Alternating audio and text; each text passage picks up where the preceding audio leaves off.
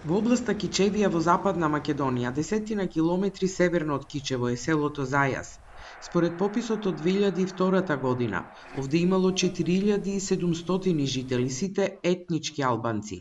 Низ Кичевијата нови градби никнуваат насекаде, но модерните и раскошно убави куќи се празни и затворени. Во потрага по подобар живот, родните огништа ги напуштиле голем број жители од населените места во Западна Македонија. Така е и во Зајас. 80% овде, ова околина, куќите сите се затворени.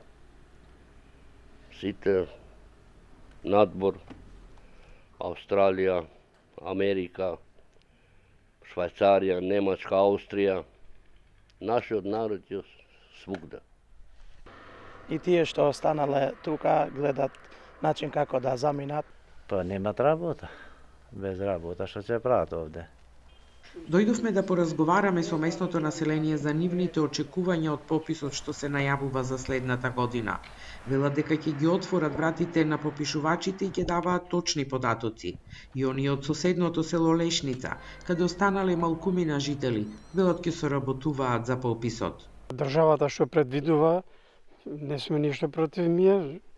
Што ќе барат тие, тоа ќе даваме не оние податки, пример кои што ги имаме, ќе ги даваме нормално. Во странство имате некој?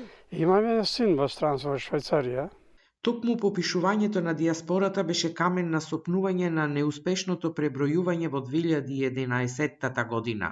Членот 8 во предлог законот за попис вели дека иселениците ќе можат сами да се попишуваат преку онлайн апликација, а за нив информации можат да даваат најблиските, но само доколку го приложат нивниот матичен број. На овој начин за диаспората ќе се приберат податоци, но во категоријата резидентно население ќе влезат оние кои живеат во земјава, како и оние кои се надвор од државата, но не повеќе од една година. Местното население пак очекува и печалбарите да се запишат како овдешни жители. Се овие прават попис, тие што се во странство више од една година или 6 месеци, не знам, тие немаат право да се запишат овде. Па мора да ја кажува, наши луѓе се тие, не се странски. Тамо странски, овде странски, не бидува тоа, мора од тука се корените, па сега кај ќе живеат, кај ќе работат, нивна работа е. Од Државниот завод за статистика велат дека точноста на податоците лесно може да се провери, затоа што целта е да се соберат точни информации за креирање добри политики и планирања.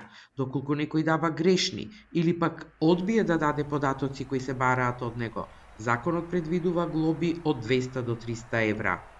Така да, јас не би посакал некој да се обиде нешто да го даде поинаку од она што навистина е, бидејќи се е тоа проверливо и може да се провери.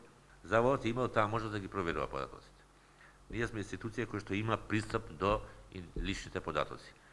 Од претходниот попис до денес во селата низ Западна Македонија целосно е променета демографската структура. Останати се повозрасни жители, а многодетните семејства, карактеристични за овие краишта, сега се побелиот свет. Затоа сведочат и официјалните податоци на државната статистика за бројот на ученици во училиштата во општина Кичево, кој е преполовен. Промената што заминат из луѓето од овде, тоа е промената. Останале поле, село, не оране, не работеме. Заминиле странство и не се врачат више.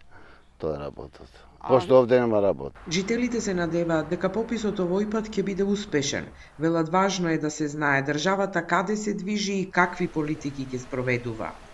Важно е да имаме добар живот тука. Сите се бориме младината да остане тука, да имат работни места, да имат промени во сите аспекти. И сите го очекуваме тоа. А се прави подпис, толку се ние, толку сте вие, толку се овие други, и да видиме каде ќе оди ова држава. Пописот се најавува за април до година, поради прагот од 20% кој им гарантира одредени права на етничките албанци по рамковниот договор. Се отвори и прашањето дали резултатите од пребројувањето можат да го променат уставот, но актуелната власт демантира дека пописот може да влијае на највисокиот правен акт или на мировниот документ од Охрид.